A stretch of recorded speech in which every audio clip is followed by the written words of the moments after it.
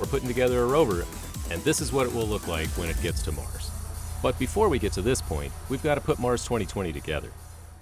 I'm Chris Salvo. I manage the team that puts together the rover mechanical subsystem. You see here, it's a fully assembled chassis, but it's all still shiny aluminum. We paint it white so that it reflects sunlight. The white reflective property of the paint is important because our paint will need to survive in temperatures as hot as your oven and down to temperatures colder than occur any place on Earth. There are lots of areas on the chassis that must not have paint on them, and each of those has to be carefully masked. There can't be any folds, there can't be any stray edges. It all has to be perfect, otherwise we'll wind up with paint in places where we can't have it, or portions of the structure that are missing paint where we need it.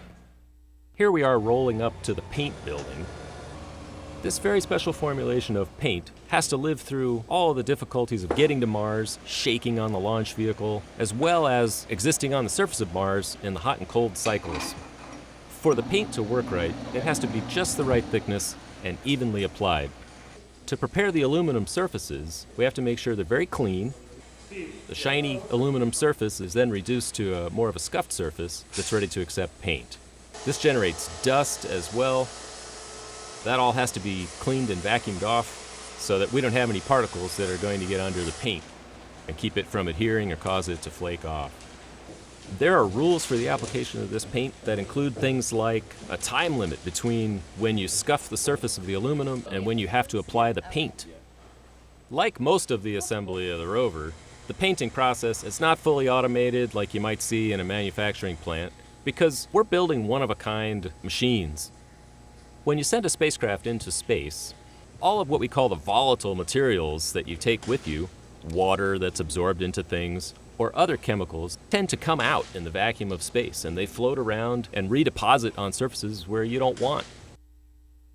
One of the ways to prevent this is to bake it out. This is one of our larger thermal vacuum chambers. This oven is 10 feet in diameter.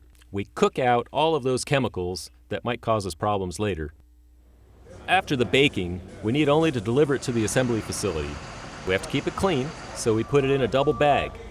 When we get to the assembly building, there's a room called an airlock where we transition from the dirty outside to the clean inside of the assembly facility. We very carefully clean portions of the fixture that are going to touch areas inside the airlock.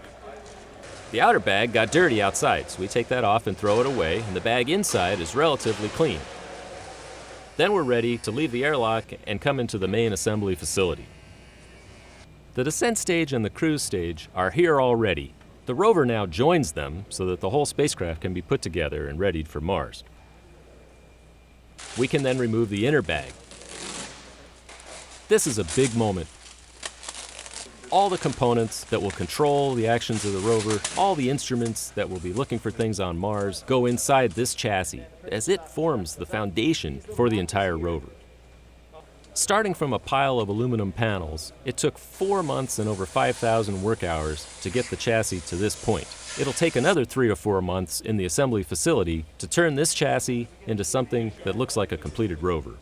It'll be an amazing day for all of us to see this rover on top of the rocket in July of 2020.